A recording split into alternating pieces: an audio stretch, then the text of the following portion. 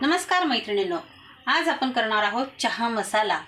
आता पावसाळा हिवाळा सारखी चहाची तलब लागणार, सारखा चहा प्यावासा वाटणार आणि चहा जास्त पिणं योग्य नाही। एक कप चहा प्यायचा, अतिशय मस्त आनंदी व्हायचं, पण मग तो चहा कसा हवा? अतिशय सुंदर टेस्टी है ना। चहा पिणं अगदी मन तृप्त झालं पाहिजे। तर ते तृप्त होण्यासाठी एकदम छान मसालेदार चहा हवा। त्यासाठी आपण एक मसाला बनवणार आहे। 2 कपासाठी 1 चिमटी मसाला टाकायचा आणि अतिशय सुंदर चहा प्यायचा। तर त्यासाठी लागणारे साहित्य आहे 25 ग्रॅम सुंठ, 25 ग्रॅम दालचिनी, 20 ग्रॅम वेलदोडे, 10 ग्रॅम मिरे, 10 ग्रॅम लवंगा आणि एक छोटेसे जायफळ। आता हे आहे साहित्य जरा जाड, ते मी आता या खलबत्त्यात कुटून घेणार आहे। हा रोज लसूण कुटायचा खलबत्ता आहे। मी आज याला स्वच्छ धुवून वाळवलेला आहे। तर मी आता यात हे हळूहळू करून हे सगळे मसाले बारीक कुटून घेते, नंतर आपण ते मिक्सरला काढणार आहोत। हे पहा, मी आता खलबत्त्यात त्यांना असं कुटून घेतलं आहे, जेणेकरून आपल्याला मिक्सरला पटकन बारीक करता येईल। आता मी हे सगळे मसाले एक एक करून मिक्सरला दळून घेते। मसाले असे दळून आपल्याला एका रव्याच्या गाळणीने गाळून घ्यायचे आहे। रोजच्या पिठीच्या गाळणीने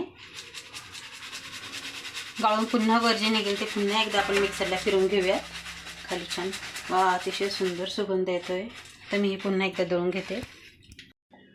हा सगळा मसाला आता छान दळून झाला आहे।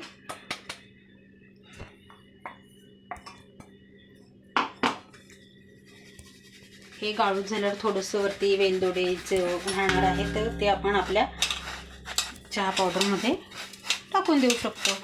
रोजच्या चहा मसाला आता आपला पूर्णपणे तयार झालेला आहे। छान, आता आपण याला एका डबीत भरून देऊया आणि आपला चहा कसा लागतो आपण लगेचच चहा पण करून पाहणार आहोत।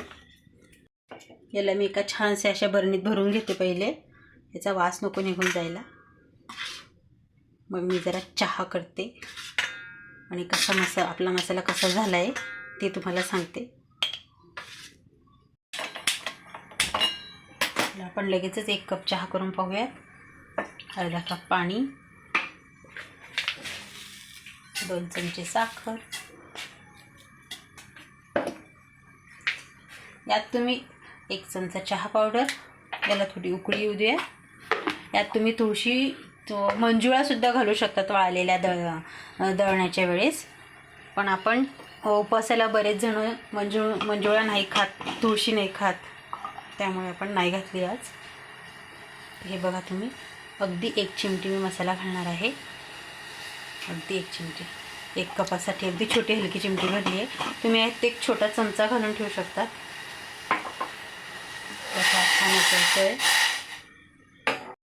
चहाला छान उकळी आली आहे। 1 कप दूध घालून देते। चहा छान उकळून गेला आहे, वासही खूप सुंदर येतोय। चला तर आपण आता चहा गाळूयात आणि टेस्ट करून पाहूयात चहा कसा झाला आहे।